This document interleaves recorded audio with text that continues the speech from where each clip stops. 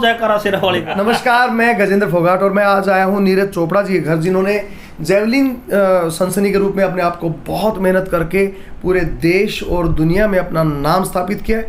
खासकर हरियाणा के 2.5 करोड़ लोगों की आस है इस बार के ओलंपिक में, और पिछली बार भी थोड़े समय से चूक गए, वरना अगर पिछली बार के ओलंपिक में जाते तो उनके रिकॉर्ड के हिसाब से उनका मेडल पक्का था।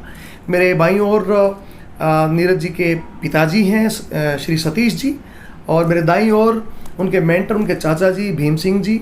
उनके एक चाचा जी मेरे दाईं ओर बैठे हैं, उनके सहयोगी साथी हमारे साथ हैं। सो उनके घर पे आज बैठे हैं, और आपने देखा होगा कि मोदी जी के साथ भी नीरज जी की आपने तस्वीर हमारे इसमें देखी है एडिटिंग में। सो पूरे देश की आस जो है वो नीरज पे टिकी हुई है।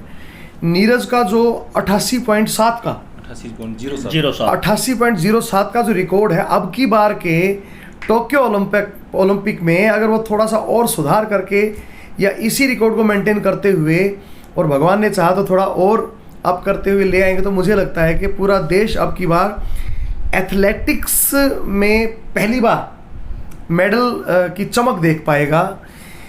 इसके इतर भीम सिंह जी ने और सतीश जी ने जो मुझे बताया कि मिल्खा सिंह जी के बाद, बल्कि उनके 60 वर्ष के बाद, उनके मेडल के एशियन चैम्पियनशिप और कॉमनवेल्थ के एथलेटिक्स में गोल्ड मेडल के बाद, जो 60 साल बाद जो मेडल इन दोनों प्रतिस्पर्धाओं में लिया है, मिल्खा सिंह जी के बाद नीरज ने ही ये मेडल लिया है। कॉमनवेल्थ और एशियन गेम्स में, कॉमनवेल्थ और एशियन गेम्स में 1958 के बाद मिल्खा सिंह ने गोल्ड मेडल लिया था 1958 में, दोनों प्रतिस्पर्धाओं में, कॉमनवेल्थ में भी और एशियन खेल गेम में भी। तो उसके बाद 60 साल के बाद तकरीबन नीरज का दोनों में ही गोल्ड मेडल है, एशियन गेम्स में भी और कॉमनवेल्थ गेम्स में भी। चलो भगवान ने चाहे तो ओलंपिक में भी आ जाएगा। आपने केला गहीब की बार आपका छोरा मेडल लिया होगा?